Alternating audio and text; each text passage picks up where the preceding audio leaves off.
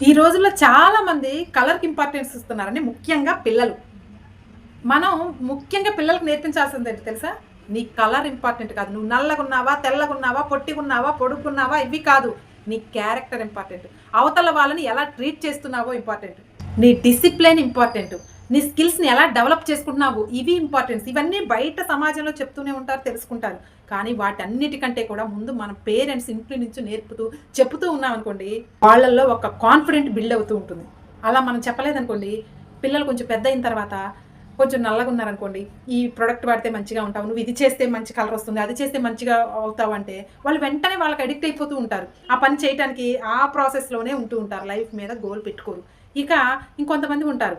అవతల వాళ్ళు ఇతని కంటే కూడా కొంచెం కలర్ ఉన్నారనుకోండి, ఈర్ష్య, జెలసీ, వాళ్ళని దూరం పెట్టటం, వాళ్ళని నెగెటివ్‌గా చూడటం, ఇలాంటివి బిల్డ్ అవుతూ ఉంటాయి పిల్లల్లో. కాబట్టి పిల్లలకి బాగా గుర్తు చేసి గట్టిగా చెప్పండి. నీ కలర్ ఇంపార్టెంట్ కాదు. నీ క్యారెక్టర్ ఇంపార్టెంటు. నీ డిసిప్లిన్ ఇంపార్టెంటు. అవతల వాళ్ళని ట్రీట్ చేసేది ఇంపార్టెంటు. చాలా మంచిగా ఉండాలి అని చెప్పేసి పిల్లల్ని మనం మంచిగా బిల్డ్ చేయాలి. మీలో ఎంతమంది ఇలా బిల్డ్ చేస్తున్నారు పిల్లలకి? నా కామెంట్ సెక్షన్‌లో తెలియజేయండి.